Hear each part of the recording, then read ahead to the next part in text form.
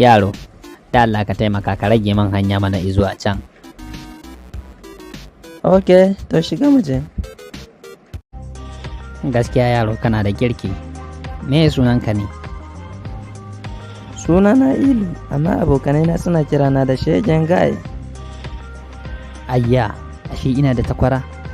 Ni sunana Bulama, amma abokaina suna kirana da shegen tsoho. Amma yaro naga kayi man kama da wani abokina ana ce mashi mai tandu. Ko dai kai ne dan nan nashi da aka ce ya taso a Legas. Lallai ni dan gidan Gibson mai tandu ne, in ce ko ka san shi ne.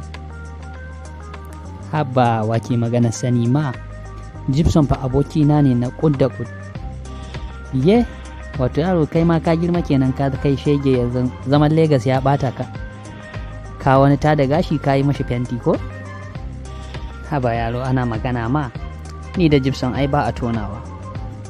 Saboda tare muka yi hatsabibanci a garin nan, mun ci kajin mutane, ƙwayayen zabi da duk abubuwan da ka sani. Tun lokacin wannan anguwan ma gaba ɗayanta gonaki ne, babu wannan benayen da kake gani.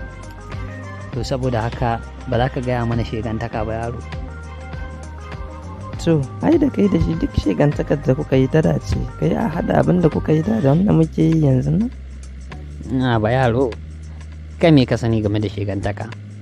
Mu a lokacin nan in gaya maka, da ni da Gibson mai tandu wato babanka, lokacin saboda shegantakan muka sa zalla a gaba, ba mu Legas, ba mu a Gumalu, ba mu a Gege, ba mu bakin ruwa.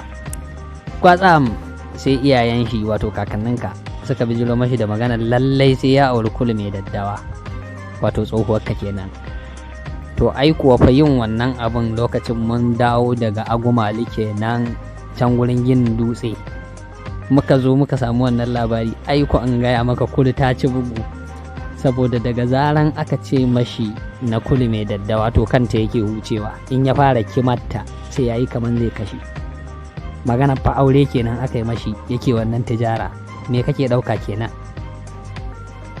Ka dalla fita man daga mota, ta yaya zan rago ma hanya kana cin arzikin mota ta kuma kana cin man mutuncin iyaye.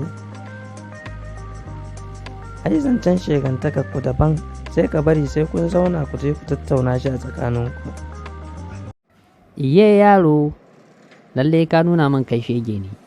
Ina abokin babanka zaka koro ni daga mota ko? To alƙur'an kaka yadda mu haɗu da Gibson mai tandu.